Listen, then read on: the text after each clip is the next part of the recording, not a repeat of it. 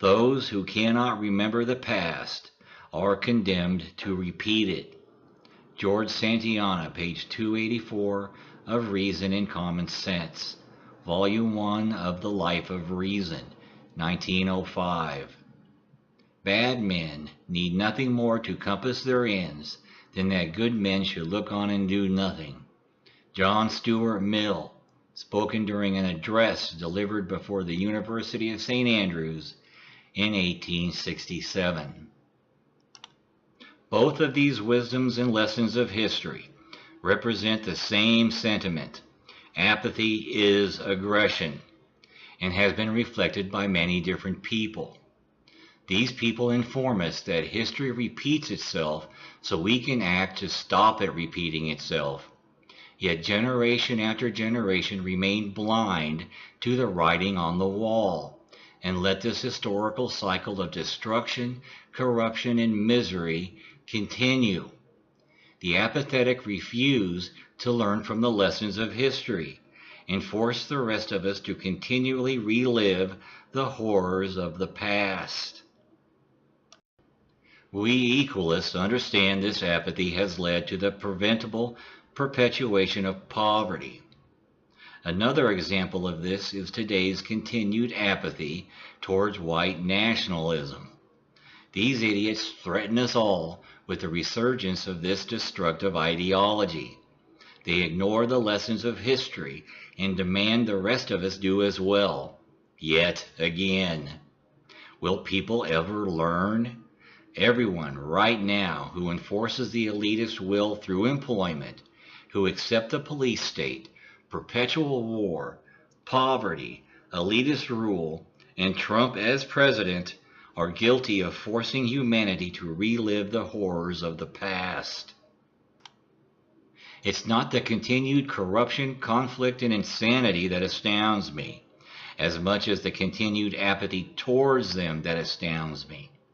Apathy is an act of aggression, and the apathetic are just as guilty for the crimes committed, as they close their eyes to the flourishing of evil. This is the same apathy the Italians displayed in the 1920s and the Germans displayed in the 1930s. And look at where that insanity led. I must repeat this question yet again. Will humanity ever learn? Or is it forever doomed to repeat the horrors of the past 5,000 years because of the apathy that's let this insanity repeat itself ad nauseum? We equalists also reject the long-practiced error of making unnecessary distinctions between past political and economic systems the elite have insisted be made.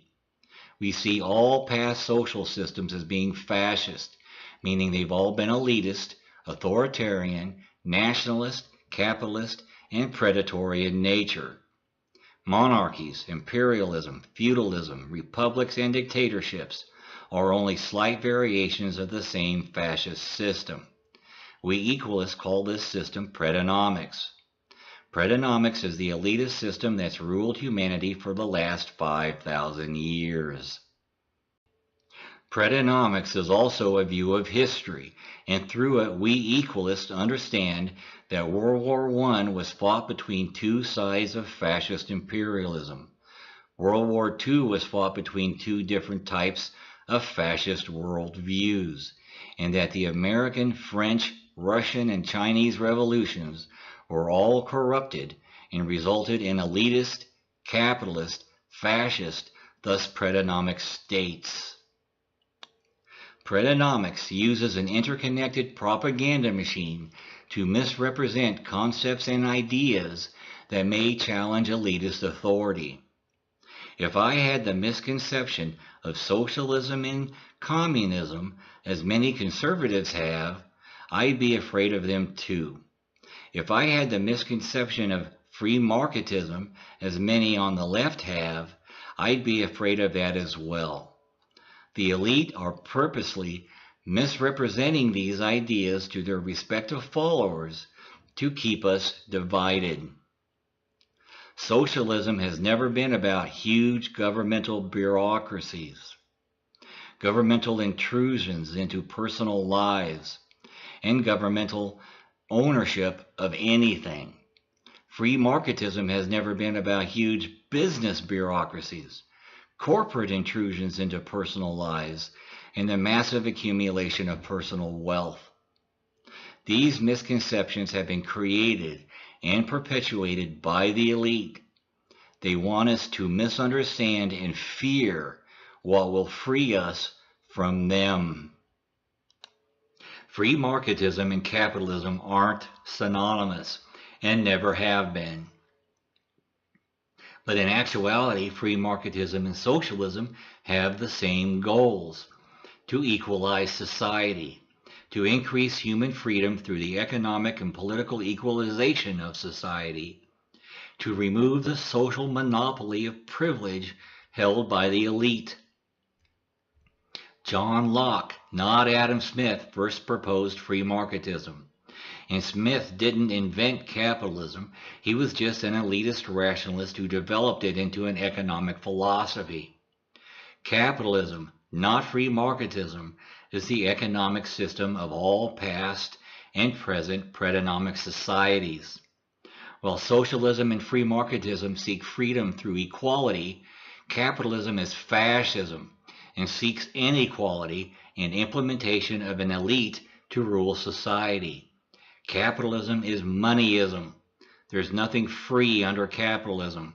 Not markets, economics, politics, justice, human rights, products, the planet, not humans or anything else. Also, capitalism is the redistribution of wealth. This is the capitalist procedure equalism partly defines as econodynamics. Through extortion economics, capitalism takes money from the common and funnels it to the elite where it's concentrated, and then a small portion of that is redistributed again back to the common.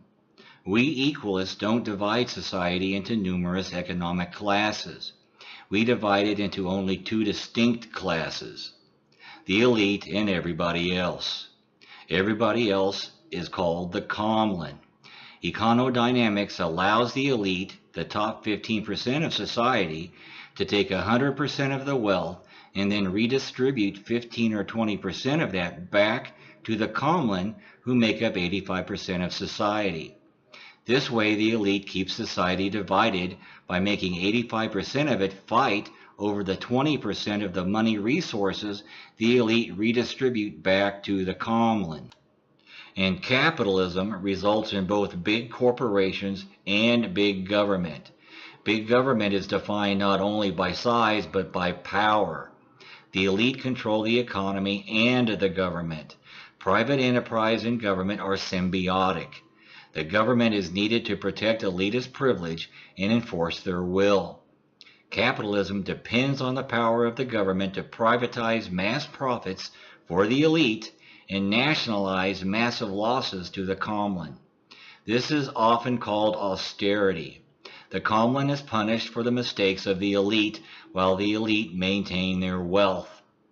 This is the reality, but not what the elite teaches. We must reject the lies of the elite and start looking at our world differently, as it really is, if we're ever going to free ourselves from the slavery that shackled our spirit and hijacked our energies for the last 5,000 years. Learn more wisdoms and lessons of history by watching Equalism 118C, coming soon. Thanks.